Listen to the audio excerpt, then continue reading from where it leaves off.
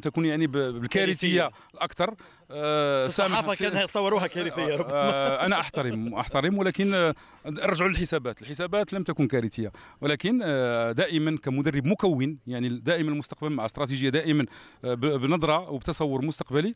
اظن بانه في الظروف فاش اخذت الفريق اخذته لم يكن متاهل لكاس افريقيا والحمد لله تاهلنا. اخذنا يعني مباريات التي اصبحت يعني بالنسبه لنا مباريات زادت في الرصيد من ناحيه اللاعبين المباريات. واظن بانه هناك يعني هدفين، الهدف بانه نعطيو اهميه للاعب كذلك المحلي عن طريق المشاركه في كاس افريقيا.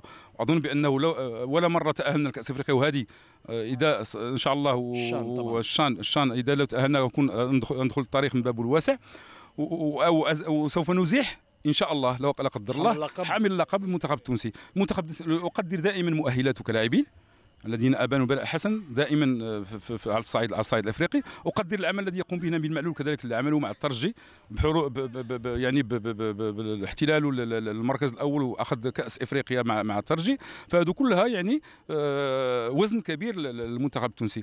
فاظن بانه الفريق المغربي منذ يعني ان اخذنا على عاتقنا يعني المنتخب الوطني، ونحن في طور بناء سواء لاعبين داخل المغرب او خارج المغرب، دليل بان هناك استمراريه وهناك بناء يعني درجه بدرجه، يعني ستيب باي ستيب، من اجل تكوين فريق تنافسي، فريق يتقمص شخصيه يعني الفرق الكبيره على الصعيد الافريقي. ولكن هذه ما كيتاتاش يعني بنشاءة وضحاها، لازم هناك وقت، هناك صبر، هناك منهجيه في العمل. وهذه المباراه اظن بان سوف تعطينا هنا السؤال رشيد. هذه المباراه اكدت الشخصيه الكرويه لهذا المنتخب الذي بدا يكتسب الخبره وبدا يكتسب النضج التكتيكي والحضور الذهني. ان تسجل في تونس في مباراه في انفاسها الاخيره من هجمه مرتده من كره ثابته للفريق المنافس ب9 لاعبين امام 11 في ديربي، يعني فيها قدره ذهنيه وتنافسيه عاليه من المنتخب المغربي.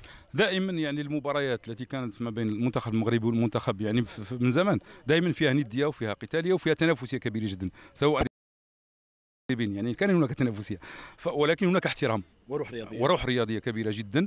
اظن بانه الفريق الوطني المغربي يعني بانتصاره في قلب تونس على المنتخب المغربي سوف تعطيه شحنه كبيره، سوف تعطيه ثقه، وسوف تبين بان مع المنهجيه مع الاستراتيجيه مع العمل ممكن ان نوصل الى المراتب المتقدمه. ولكن يجب ان نكون يعني هادئين، لان كل ما كنا نتكلم يعني في المستقبل سوف سوف سوف سوف دائما كنا نقولوا دائما نعطيو الامل. احنا الامل والروح في لاعبينا لما كناش ولكن يجب ان نكونوا واقعيين، واكيد ما ننقزوش احنا خطوه كبيره جدا من اجل رجوع 10 خطوات. طور البناء يتطلب وقت، ولكن التهديم ممكن تهدم في دقيقه او ثانيه في لحظه. مبروك، ولنا موعد بعد اسبوع في طنجه، مش بعيد جدا. مرحبا بكم. سفره ميمونه وعوده مباركه، ورمضان مبارك كريم، رمضان مبارك كريم. ولازم يعني ونطلبوا من الجمهور المغربي يحضر بكثافه باش يشجع فريق وطن المغرب، لانها احنا حضروا الشباب في تونس وطنيين. شكرا، وكنهني اللاعبين بالروح القتاليه. شكرا. فرحه مغربيه طبعا، جماهير من الطلبه من الجماهير المغربيه. هذه الاجواء الان في ملعب سوسه التي تحولت الى مدرجات، سنعود اكيد. شكرا نافع بن عاشور.